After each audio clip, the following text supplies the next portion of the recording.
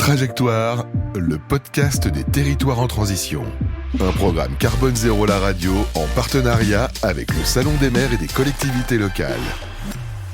Bonjour, bienvenue dans Trajectoire, le podcast des territoires en transition, un podcast Carbone Zéro la radio en perspective du Salon des maires et des collectivités locales qui aura lieu du 21 au 23 novembre prochain. À chaque fois dans ce podcast, une thématique, et là quand même une thématique majeure puisqu'on va s'intéresser au réchauffement climatique et à la problématique de la neige et du manque de neige. Et c'est ce qu'on va voir aussi puisque finalement des stations de ski s'emparent du sujet. C'est le cas de Métabier et donc je suis ravie d'échanger avec Gérard Deck. Bonjour. Bonjour, Nam, bonjour. Bonjour, monsieur le maire, ravi d'être avec vous, donc maire de Métabier. Alors, pour rappel, dans le massif du Mont d'Or, en plein cœur du Jura, la station de Métabier culmine entre 900 et 1400 mètres d'altitude. Et donc, une ambition que vous êtes fixée, j'allais dire, c'est de devenir le premier domaine skiable européen à envisager l'après-ski. Mais d'où est-ce que c'est? Quand je dis l'après-ski, c'est pas les après-skis qu'on met, c'est après, finalement, l'univers du ski. Quand est-ce que vous avez compris qu'il fallait prendre un virage, si je puis dire, si je puis me permettre l'expression, monsieur le maire? Alors, la démarche s'est accentuée ces derniers temps, mais la démarche a été engagée en 1993. Nous avons reçu à Métabier les premiers championnats du monde de VTT qui se déroulaient en Europe. Et ça, c'était un premier pas vers l'activité d'été en montagne. Et la station s'est bien développée sur cette activité. Elle a reçu beaucoup de manifestations depuis. Et aujourd'hui, on a un produit qui est vraiment développé et qui en direction des sportifs, mais aussi des familles, et qui concerne le VTT. Donc ensuite, cette démarche s'est accentuée, bien entendu, avec la volonté du syndicat, puisque la station est gérée par un syndicat, donc dans lesquels les communes et la communauté de communes et le département sont présents et financent. Et donc, le changement climatique, ça a été vraiment une démarche avec la création d'un pôle ingénierie, qui a permis de marquer cette tendance et donc cette orientation. On va dire aujourd'hui, la neige, c'est peut-être pas encore, ce sera peut-être pas encore possible dans 15 ans ou 20 ans, et donc il faut envisager une transition. Donc on a modélisé l'enneigement à travers la hausse des températures. Oui, parce qu'il faut être sûr que la neige finalement ne reviendra pas aussi quand on prend des choix, on va dire, aussi radicaux que ceux que vous avez pris. Donc il a fallu vraiment réaliser une étude à partir de données pour bien mesurer l'impact. C'est exactement ça. Le directeur de l'époque est glaciologue, donc il a pu travailler à travers l'aide d'un cabinet d'études, donc de modéliser cette remontée des neiges, on va dire, puisqu'on aura encore des pistes possibles dans les années 2035-2040, mais avec un enneigement quand même qui sera vraiment compliqué sur le bas de la station. Mais tout ça, c'est envisagé. On n'envisage pas la fermeture de la station pour 2030-2035. Tant qu'il y aura de la neige, eh bien la station tournera, puisque c'est important. Sans l'hiver, on ne pourra pas faire l'été. On ne pourra pas construire l'été. L'hiver, c'est 90% de l'activité financière de notre station.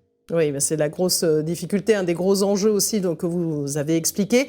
C'est quand même un crève-cœur de se dire que voilà, quand on est une station de ski à la base, il va falloir changer totalement. Ça implique aussi, on va dire, psychologiquement, de l'admettre, de faire de la pédagogie, de parler de cette mutation, on va dire, monsieur le maire.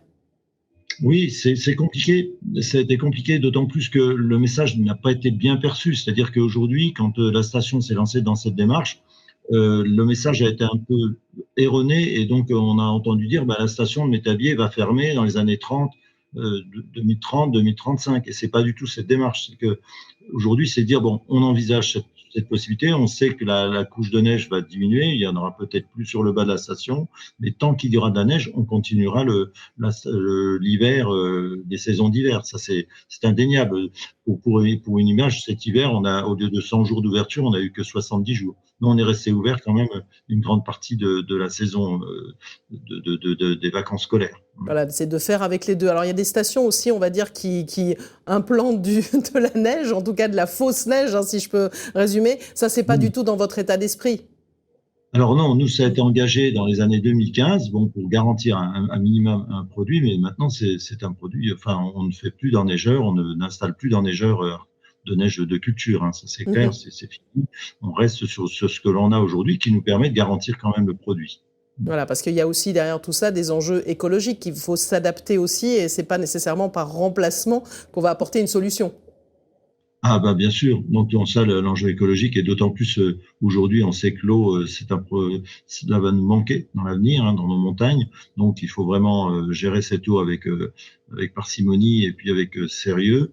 Donc il est vrai que nous aujourd'hui, le produit neige de culture ne s'étendra pas sur le domaine.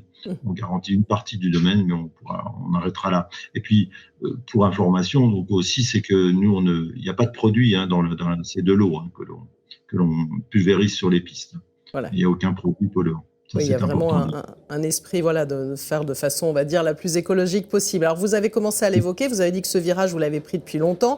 J'ai bien entendu, il faut bien le noter, c'est pas de faire disparaître, évidemment, totalement le ski. Il va falloir s'adapter en fonction de la disponibilité, si je puis dire. Donc, vous avez commencé, on va dire, à proposer d'autres, des alternatives, justement. Quelles sont ces alternatives, Gérard Deck ? Alors, on a beaucoup travaillé. Alors ça, on n'invente pas. Il y a eu un changement du produit qui était une luge qui était simplement une luge d'été. On a remodernisé cet outil, donc c'est une luge qui tourne toute l'année. Donc ça, c'est un produit plus. C'est une rentrée financière qui est quand même intéressante pour la gestion de la station. Le trail, bien entendu, c'est un produit aussi qu'on a bien installé avec des parcours de trail. Et puis, bien entendu, le VTT. Alors là, je pense qu'on est une des stations les mieux équipées en piste de VTT, en descente, et qui concerne de la verte à la noire, comme au ski alpin, mais qui part de la famille, où on peut faire une descente de 5 km en montant en télésiège, donc avec le vélo. Et donc, c'est vraiment un produit qui intéresse. Et puis après, le pôle ingénierie rayonne ensuite sur toute la région.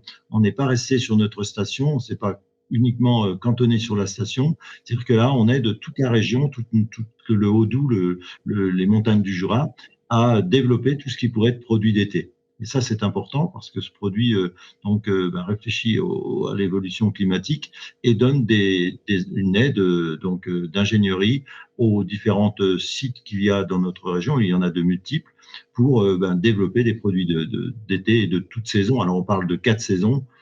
Ce serait l'idéal. Déjà la saison d'été et la saison d'hiver, ce sera déjà bien. Oui, alors donc, et puis derrière tout ça, il y a une question de modèle économique. Vous en avez parlé. Il faut poser la question qui fâche. Est-ce que ça peut être aussi lucratif qu'une station de ski ? Ah, bien sûr que non. Donc, on est bien d'accord que 90% du chiffre d'affaires provient de l'hiver. Donc, l'été ne comblera jamais le produit d'hiver, ça c'est clair. Donc, c'est pour ça qu'il faut d'autant plus travailler sur les mutations possibles et sur l'accueil de tourisme. Donc, pourquoi pas en hiver avec d'autres activités. Et après, on a encore quand même des domaines de ski de fond aussi, qui permettent aussi et de raquettes, qui permet aussi d'accueillir encore une clientèle qui veut un peu faire des batailles de boules de neige, un peu. Et alors, justement, comment vous appréhendez aussi les touristes pour leur en parler de cette mutation avec ces nouveaux espaces, on va dire, que vous proposez, ce VTT en particulier ? Alors, VTT, on en fait aussi l'hiver, quelquefois sur la neige, mais ça, c'est pas nouveau. Il y a d'autres stations qui le font. Mais bon, ça, il y a une communication qui se fait. On associe tous les acteurs du tourisme à ce pôle ingénierie, commerçants, logeurs, et donc ça permet en même temps de recueillir toutes les expériences de chacun et puis de communiquer vers le tourisme en disant voilà notre démarche de station. Nous, on a anticipé le changement climatique et puis c'est toujours bien perçu par les touristes parce que aujourd'hui, on le sait avec l'été que l'on vient de vivre, qui est l'été l'année précédente, les touristes s'interpellent toujours. Et puis, on a cet avantage aussi, c'est qu'il fait quand même toujours un petit peu frais l'été à la montagne. Donc, les gens viennent rechercher un peu de fraîcheur dans nos belles montagnes en se procurant des activités sportives et aussi de découvertes, puisqu'on a de très beaux sites dans nos régions. Et comment ça se passe aussi avec les professionnels locaux ? Parce que j'allais dire, c'est plus la même chose quand on louait des skis et qu'on va devoir aussi peut-être faire une autre activité. Alors, il y a beaucoup de commerçants qui ont fait cette mutation et qui travaillent sur des produits d'été, notamment la location de VTT. Ça, et puis d'autres commerçants qui tournent encore sur l'hiver. Ça, c'est moindre, c'est vraiment une minorité. Et la problématique qu'on a rencontrée, c'est surtout par le message qui a été mal perçu, y compris dans la presse. On a annoncé la station de Métabier allait fermer dans les années 30-35. C'est un peu l'accroche, oui, c'est ce qu'on voit et ce que j'ai pu lire aussi en préparant cette interview, oui, bien sûr. à fait des magazines économiques donc qui ont dit Métabier, la station qui va fermer. Et ça, c'est très mal perçu parce que nos loueurs, aussi bien que nos logeurs, recevaient des clients qui leur disaient écoutez, on va peut-être plus venir parce que vous êtes la station qui va fermer. Et ça, y compris les écoles de ski entendaient ce message dans les Alpes en allant voir leurs collègues, disaient vous, Métabier, vous allez fermer. Donc ça a été la communication n'a pas été bonne, ça c'est clair, ça a été mal interprété et ça nous a pénalisé notre démarche à un moment donné, qui est quand même assez vertueuse. Et malheureusement, aujourd'hui, je pense que la presse a compris. On a dernièrement, d'ailleurs, la presse locale a donné dimanche, je crois, un article qui disait que surtout, on n'abandonnait pas l'hiver tant qu'il y aura de la neige. Ça, c'est bien clair. La station continue son activité, en hiver aussi. Exactement, c'est juste anticiper. Être aussi dans l'adaptation dont on parle beaucoup finalement, c'est là la problématique et l'enjeu que vous montrez, vous êtes emblématique on va dire de cette problématique majeure. Tout à fait. Donc le pôle ingénierie s'est déplacé en Europe, donc pour présenter le projet de la station, parce que ça a fait écho sur l'ensemble de l'Europe. Et aujourd'hui, les stations des Alpes aussi, de moyenne montagne, de basse altitude, regardent ce projet et cette modélisation qui a été faite sur Métabier, donc qui est une modélisation et en même temps un modèle. Voilà, on peut dire que vous êtes quand même pionnier, malheureusement sur un sujet qui est très sensible, c'est le moins qu'on puisse dire. Oui, bien sûr, il ne faut pas l'ignorer, on le voit tous les jours et malheureusement, je pense que l'inversement et le retour à de gros hivers avec beaucoup de neige, c'est pas pour demain, puisqu'on sait très bien qu'il faudrait que toute pollution s'arrête aujourd'hui pour que dans 100 ans, une centaine d'années, pour qu'on revienne au modèle des années 60. Voilà, et c'est pas vous, station de ski, qui allez pouvoir faire revenir en arrière, j'allais dire surtout ça. En tout cas, là, pour l'hiver, on peut venir, là, a priori, et là, Métabier, il n'y a pas de souci, on peut en profiter. Ah oui, bien sûr. Et puis, il y a la diversité des découvertes, chaque fois, alors, l'enneigement de culture nous permet d'ouvrir la station, ça c'est clair, il y a de quoi faire pour les familles, mais autrement, il y a de beaux sites à découvrir et ça, c'est vrai qu'à chaque fois, les touristes font part de leur surprise d'avoir toute cette palette de choses à découvrir dans notre région. Voilà, donc il faut aller faire un tour dans le Jura, à Métabier, découvrir cette station qui est c'est important. Et vous avez bien illustré ce sujet du dérèglement climatique et des questions de stations de ski. Comment faire avec le manque de neige qu'on prévoit. Pour le moment, tant qu'il y en a, on en profite, mais c'est vrai qu'il faut largement anticiper. Merci à vous, monsieur le maire de Métabier, Gérard Deck, d'avoir répondu à ces questions.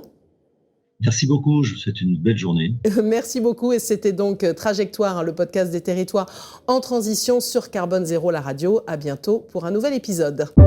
Trajectoire, le podcast des territoires en transition.